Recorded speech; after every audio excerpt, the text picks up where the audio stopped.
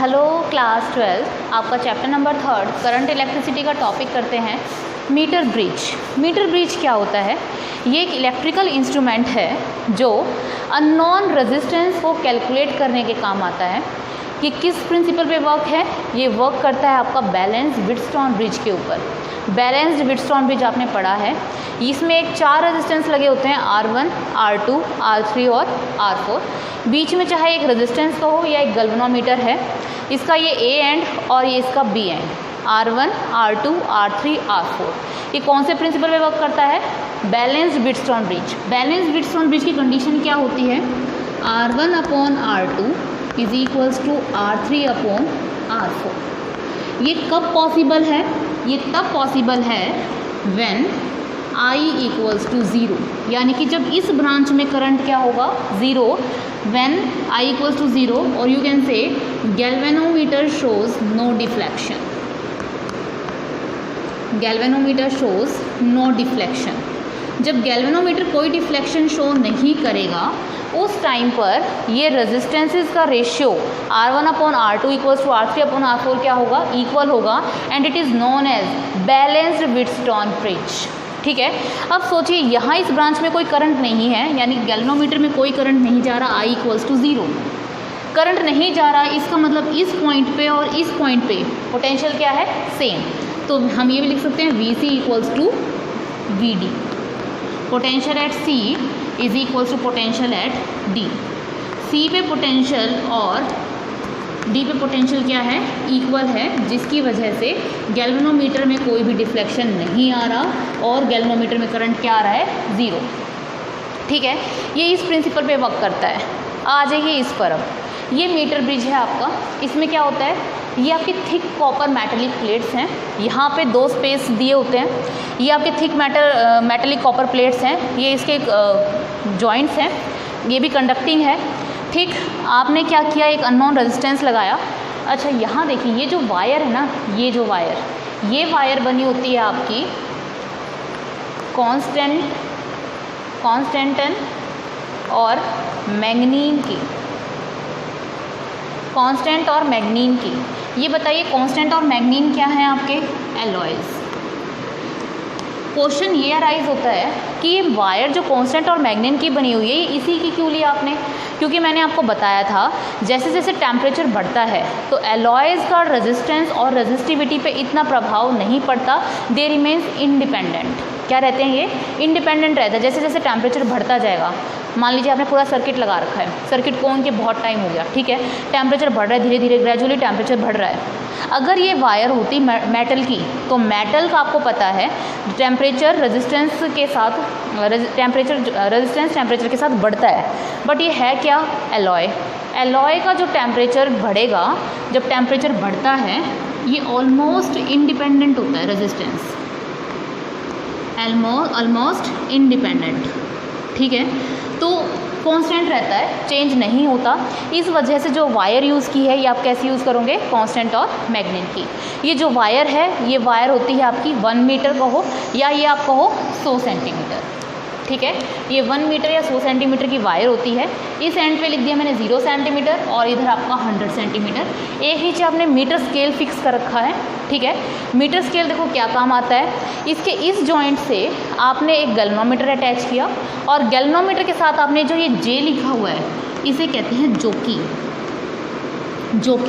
जोकी कैसा होता है? जैसे चौक दिखाई दे रहा है, ऐसा सा एक इंस्ट्रूमेंट होता है इतना सा, उसके पीछे से वायर कनेक्ट की और उस जोकी को इस वायर के ऊपर मूव कराते हैं। ठीक है, जोकी को जब वायर के ऊपर मूव कराते हैं तो हम ऐसी जगह ढूंढते हैं जहाँ पर गैल्वेनोमीटर में क्या आ जाए? Null deflection. मतलब गैल्वेनोमीटर में कैसा डिफ्लेक्शन हो? कोई डिफ्लेक्शन ना हो, नो डिफ्लेक्शन, और you can say null deflection, और you can say null deflection. ठीक है, तो हम क्या करते हैं? इस जोकी को इस वायर के ऊपर मूव करते हैं, ऐसी पॉइंट ढूंढते हैं जहाँ पर गैल्वेनोमीटर में करंट क्या आ जाए? 0।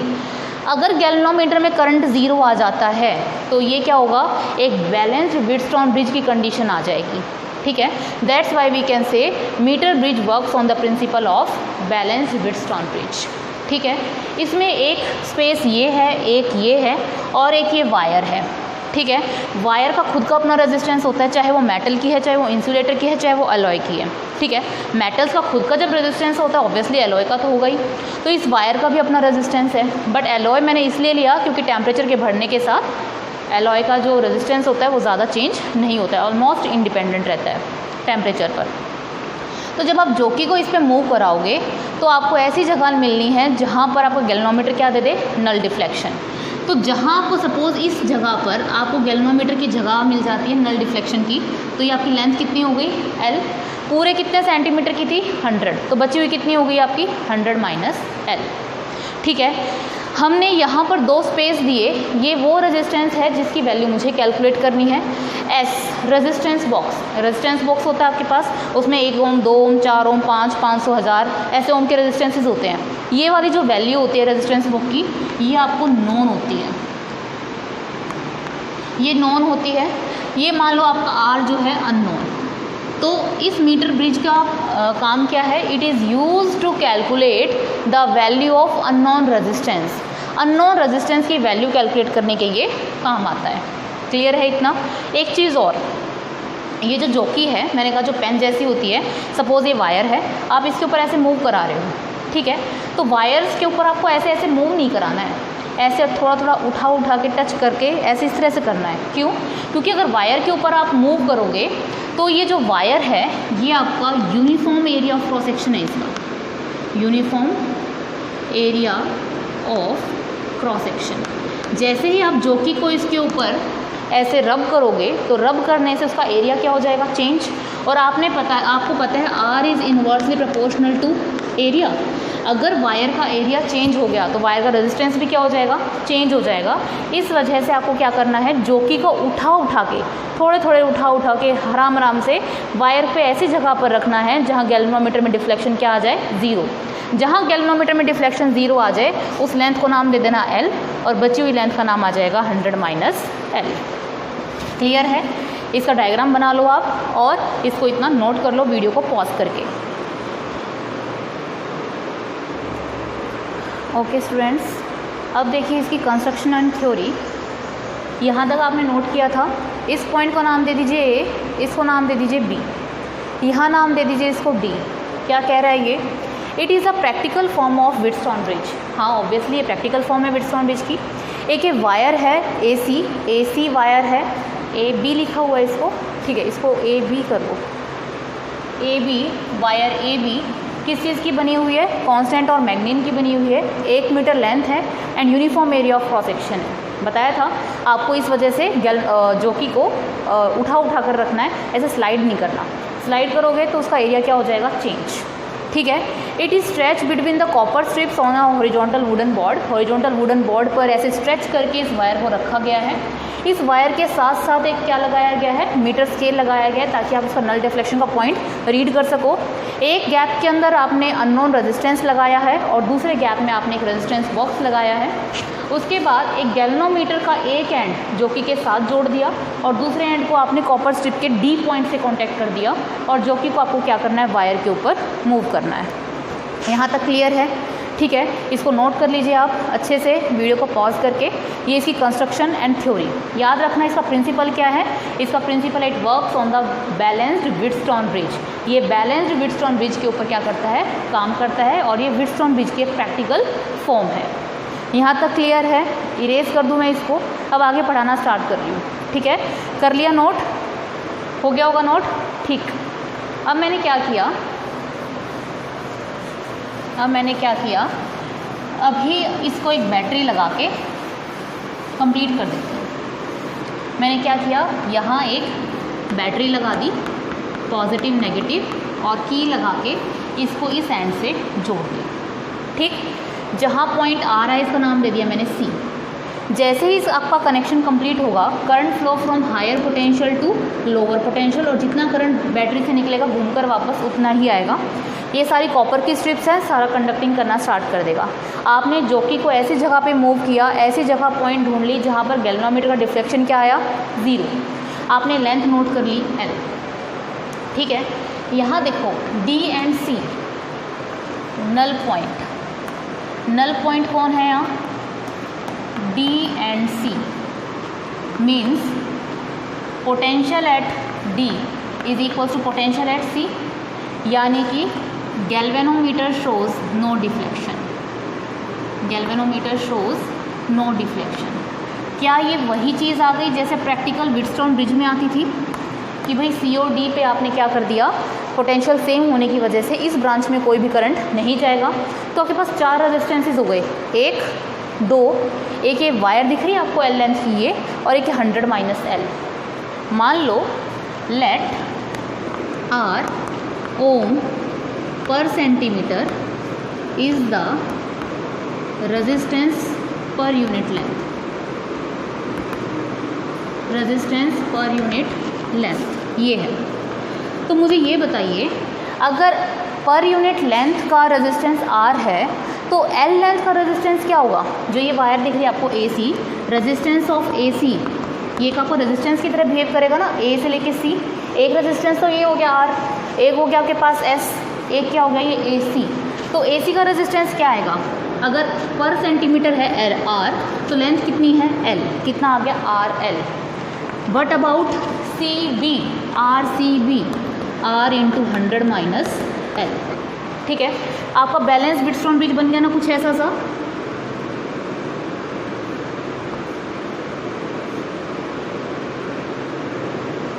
ये पॉइंट C या D कह लो, ये पॉइंट C जहाँ पर गैल्वेनोमीटर लगा है विच शोज नो डिफ्लेक्शन, इसको आप लिखते थे R1 R2 R3 R4, R1 R2 R3 R4। इसका नाम RS, इसका रेजिस्टेंस RL और इसका रेजिस्टेंस R100 माइनस L।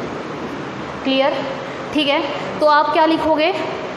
ऐसे लिखते थे ना, R1 upon R2 is equals to R3 upon R4। तो यहाँ पर R1 कितना है आपके पास R, R2 की वैल्यू कितनी है RL, R3 की वैल्यू कितनी है S, R4 की कितनी है R100 माइनस L। R से R कैंसिल। ठीक है, नोट कर लीजिए आप इसको, इतना कर लिया, इसको इरेज कर दूँ। ओके, यहाँ से R कैंसिल हो गया, तो अननोन रेजिस्टेंस क्या था आपके पास R की वैल्यू कितनी आ गई SL upon 100 minus L। Now you can able to calculate the value of unknown resistance. यही इसका पर्पज़ था, क्या आपको अननोन रेजिस्टेंस की वैल्यू निकालनी थी। समझ में आया आपको टॉपिक कि मीटर ब्रिज क्या है? एक ऐसा इंस्ट्रूमेंट है जो व्हीटस्टोन ब्रिज के प्रैक्टिकल फॉर्म है। ये नल डिफ्लेक्शन पे काम करता है। C और D में पोटेंशियल सेम होगा तो गैल्वेनोमीटर पे कोई भी करंट नहीं जाएगा। वायर आपकी कांस्टेंट और मैग्नेट की बनी होती है। Uniform area of cross section होता है। 1 मीटर यानी कि 100 सेंटीमीटर की वायर होती है जो कि को उसके ऊपर मूव कराना होता है। ऐसा पॉइंट ढूंढना होता है जहाँ गैल्वेनोमीटर क्या दिखाए, 0 डिफ्लेक्शन दिखाए। आने के बाद बस व्हीटस्टोन ब्रिज की कंडीशन में पुट कर दो, आपको क्वेश्चन सॉल्व हो जाएगा। ठीक है, ये तो था सब आपका थियोरी पार्ट। अब करते हैं इस पर एक न्यूमेरिकल। मान लीजिए ये आपके पास एक व्हीटस्टोन ब्रिज दे रखा है, ठीक, ये इसकी वायर है 0 से लेकर 100 सेंटीमीटर या ये कहो 1 मीटर की वायर है। यहाँ पर आपने इसका जो एक गैप होता है, यहाँ पर एक रेजिस्टेंस लगाया हुआ है 4 ओम का और एक रेजिस्टेंस लगाया हुआ है 12 ओम का, ठीक। और यहाँ पर एक अननोन रेजिस्टेंस है R। इस पॉइंट का नाम दे दो A, ये 0 पे है, और इस पॉइंट का नाम दे दो B। आपने यहाँ से एक एंड से गैल्वेनोमीटर और ये आपकी जोकी, जो आपका नल पॉइंट आया यहाँ से आया 40 सेंटीमीटर पर। क्वेश्चन में गिवन है null point is obtained at 40 centimetre, obtained at 40 centimetre. Find the value of R, find the value of R। R की वैल्यू निकालिए। वीडियो को पॉज करके इस क्वेश्चन को सॉल्व करने की कोशिश कीजिए। ओके स्टूडेंट्स, किया आपने ये, आपने यहाँ एक बैटरी भी लगा रखी है, कोई दिक्कत नहीं हो तो, ठीक है, ई की, और ये आपने इसे कंप्लीट कर रखा है। कैसे करेंगे इसको, किया आप लोगों ने ट्राई? क्या आंसर आया R का? देखिए ये देखो आपस में कैसे हैं, पैरेलल में। तो 1/RP is equals to 1/R1 plus 1/R2। तो 1/4 प्लस 1/12 12 एलसीएम 4 3 12, 3 4 4/12, 1/3, तो आरपी की वैल्यू आ गई आपके पास 3 ओम। ठीक है, आपको 40 सेंटीमीटर पर डिफ्लेक्शन ऑब्टेन हो रहा है, तो आपका क्या बन गया, R1/R2 is equals to R3/R4। R1 कितना है आपका 3 ओम, R2 40 सेंटीमीटर, R3 की वैल्यू आपको निकालनी है जिसकी वैल्यू है R4 पूरे 100 सेंटीमीटर के 40 है, तो बचा कितना 60, 0 से 0 कैंसिल। R की वैल्यू कितनी आ जाएगी 3 × 6/4, 2 दूनी 4, 2 तिया 6, 3 3 9, 9/2 या फिर 4.5 ओम। इस अननोन रेजिस्टेंस की वैल्यू कितनी आई 4.5 ओम। नोट कर लीजिए इसको वीडियो को पॉज करके।